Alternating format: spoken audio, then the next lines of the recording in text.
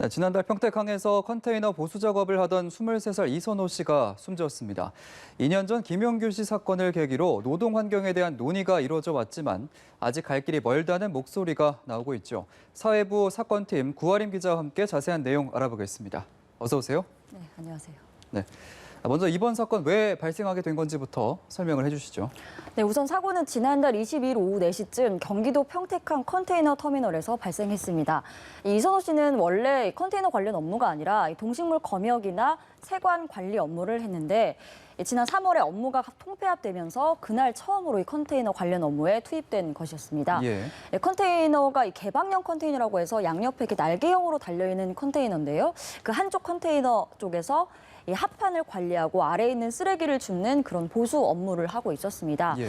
그런데 이 반대편 컨테이너 날개 쪽에서 지게차가 접근을 했고 이 지게차가 컨테이너 날개를 건드리면서 이선호 씨가 있었던 컨테이너가 이 반동으로 쓰러지게 된 거죠. 그래서 그 컨테이너가 쓰러지면서 아래에 깔리게 된 겁니다.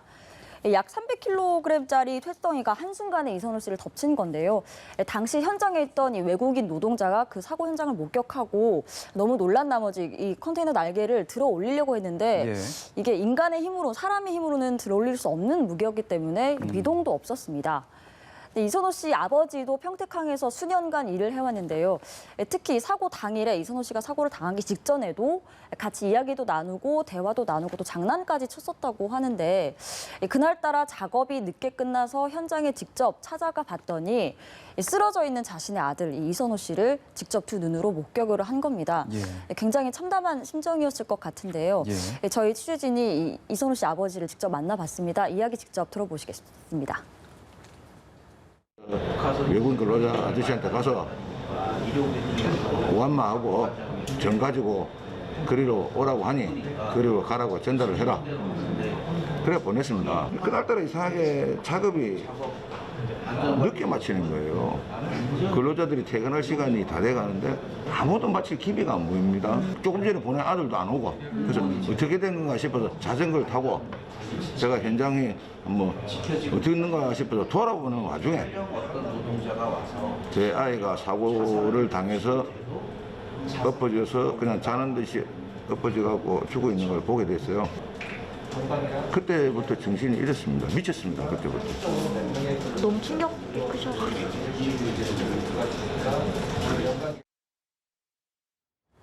네, 직접 들어보니까 참 안타까운 일인 것 같습니다. 네. 이번 사건을 보면서 2018년 고 김용균 씨 사건 떠올리시는 분들이 많을 텐데요. 실제로 사건 경위나 그 특징들이 좀 유사하다고 하죠. 네, 그렇습니다. 실제로 정말 20대 초반의 젊은 나이에 정말 꽃다운 나이에 산업 현장에서 갑작스럽게 사고를 당했다는 점에서 두 사건이 굉장히 비슷하다는 의견이 많고 그래서 또 이번 사건 이선호 씨를 제2의 김용균이다 이렇게 부르는 분들도 있습니다. 네, 우선 두 사람의 신분이 비슷한데요. 모두 20대 초반 비정규직 노동자였습니다. 이선호 씨는 군 제대 이후에 대학을 다니면서 생활비를 벌기 위해서 아르바이트 차원으로 이 일을 시작했다고 하고요. 또 아버지가 그 평택항에서 근무를 했기 때문에 자연스럽게 아버지를 따라서 일을 하다가 참변을 당한 겁니다. 또 김용균 씨는 군 제대 이후에 기술회사에 비정규직으로 입사를 해서 태안화력본부에서 작업을 하다가 숨졌습니다. 특히 입사를 한 지 석 달도 안 된 시점에서 그런 좀 참혹한 사고를 당했기 때문에 굉장히 안타까움이 컸습니다. 예, 그렇군요. 또 하청업체의 소속이었다는 점도 판박입니다. 이선호 씨 사건의 경우에는 평택항에서 물류 관련 업무를 담당하는 회사가 있는데 여기에서 또 화물을 싣고 내리고 하는 일을 하청업체가 맡았고요. 이선호 씨는 이 하청업체 소속이었던 겁니다. 또 김용균 씨도 이 원청업체가 위탁을 해서 컨베이어 벨트 점검만 하는 그 하청업체에서 일을 하다가 참변을 당했습니다. 이 원청업체와 하청업체가 이게 나뉘어져서 위험한 일을 저임금 하청업체 노동자들이 담당하게 하는 양태를 들어보셨겠지만 위험의 외주화라고 하거든요. 그러니까 목숨을 걸어야 할 만큼 위험한 일은 원청업체가 하청업체에게 떠넘기고 또 책임을 전가하고 또 비용도 줄이려고 하는 그런 양태를 비판하는 말인데 그런 말이 생긴 지도 좀 오래됐는데도 여전히 우리 사회 곳곳에 그 위험의 외주화가 도사리고 있다 이런 점이 좀 보이는 사건인 것 같습니다. 그렇네요. 또 근로 현장에 투입되기 전에 안전 교육도 없었고 또 현장 안전 관리가 미흡했다는 점도 유사합니다. 이선호 씨 사고의 경우 현장에 정말 안전관리요원 단 한 명만 있었어도 사고가 나지 않았을 거다. 이렇게 얘기하는 분들이 굉장히 많습니다. 아까 말씀드렸듯이 정말 300kg짜리 컨테이너 날개가 있고 또 지게차가 막 즐비한 상황인데도 상당히 위험한 환경이지만 신호수 한 명조차 없었던 겁니다. 최근에 산업재해 처벌을 강화하는 중대재해기업처벌법도 국회를 통과했고요. 참 많은 변화들이 일어났다고 생각을 했는데 이런 사건들 왜 반복이 되는 겁니까? 여러 가지 이유가 있겠지만 가장 근본적인 문제는 기업을 운영하는 사용자 입장에서 기업 입장에서 이 안전을 우선시하기보다는 비용을 줄이는데, 즉 안전 예방을 위해 들어가는 비용을 줄이는데 조금 더 무게를 두기 때문에 이런 문제들이 결국 반복된다는 지적이 나오고 있거든요. 위험한 현장에 안전 요원을 배치를 하거나 아니면 뭐 안전 장비 같은 걸 마련하거나 전부 다 비용이 들지 않습니까? 그렇죠. 그래서 그런 비용을 좀 최소화하려는 접근이 아무래도 아직까지 만연하다 보니까 이런 일들이 일어나는 것 같고요.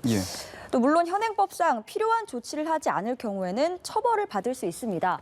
그런데도 아직까지 사고가 난 적이 없으니까 또 현장에서 아직 사람이 크게 다친 적이 없으니까 일단은 그냥 더 보자. 또 혹시 처벌을 받아도 그냥 벌금을 내면 끝나니까 이런 식으로 접근을 하기 때문에 특히 또 소규모 또 하청업체 이런 곳에서는 아직까지 이런 식의 사고방식이 좀 지배적이다. 이런 의견들이 나오고 있습니다. 또 말씀하신 대로 중대재해기업처벌법이 국회에서 통과되긴 했습니다. 그런데 아직 시행이 되지 않고 있습니다. 내년 1월부터 시행되기 때문에 아직은 공백이 있고 또 모든 사업장에 적용이 되는 것도 아니거든요. 예를 들면 5인 미만 사업장은 제외됐고 또 50인 미만 사업장은 2년 동안 적용이 유예됐습니다. 또 김용균 씨 사고 이후에 이 김용균 재단이 세워졌고 이 재단에서 이제 관계자들이 왜 이런 문제들이 반복될까 이런 문제를 계속 논의를 해왔는데 어떤 점을 문제점으로 뽑는지 직접 들어보시겠습니다.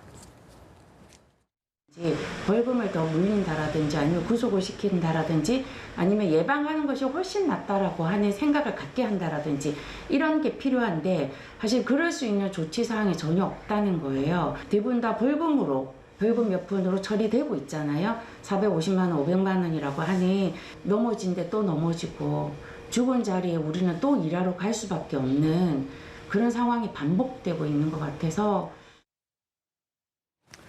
더 이상 이런 끔찍한 일이 일어나지 않기 위해서 그럼 어떤 대책들이 필요할까요? 당연히 제가 아까 원인을 말씀드렸던 것처럼 기업을 운영하는 주체들이 적극적으로 안전관리에 신경을 쓰고 좀 더 비용을 투자하고 그런 이제 방식의 변화가 필요하겠지만 현실적으로는 어렵다 보니까 법적인 안전망을 만드는 게 급선무다 이런 의견들이 나옵니다. 우선은 방금 이야기 드린 중대재해기업처벌법 시행령을 보다 체계적으로 만들어야 한다는 주장이 노동계에서 계속해서 나오고 있습니다. 이 법이 통과는 됐지만 시행령 조문 작업은 아직 진행 중인데요. 이 시행령이라도 좀 현실에 맞게 보완을 해서 산업재해를 야기한 기업들에게 좀 더 제대로 책임을 물어야 한다 이런 주장이 나오고 있습니다. 또 그리고 지금 이선호 씨 사건에서도 이제 신호수가 없어서 문제가 생겼는데 정말 단순하게 이 조금 위험한 근로 현장이면 무조건 안전요원을 두도록 강제해야 한다. 이런 주장도 힘을 얻고 있습니다. 실제로 유럽 같은 해외 선진국은 컨테이너 또 철골 구조물 작업은 물론이고 또 비교적 쉬운 일도 단순한 일을 할 때에도 안전요원을 현장에 두도록 하는 경우가 많은데요.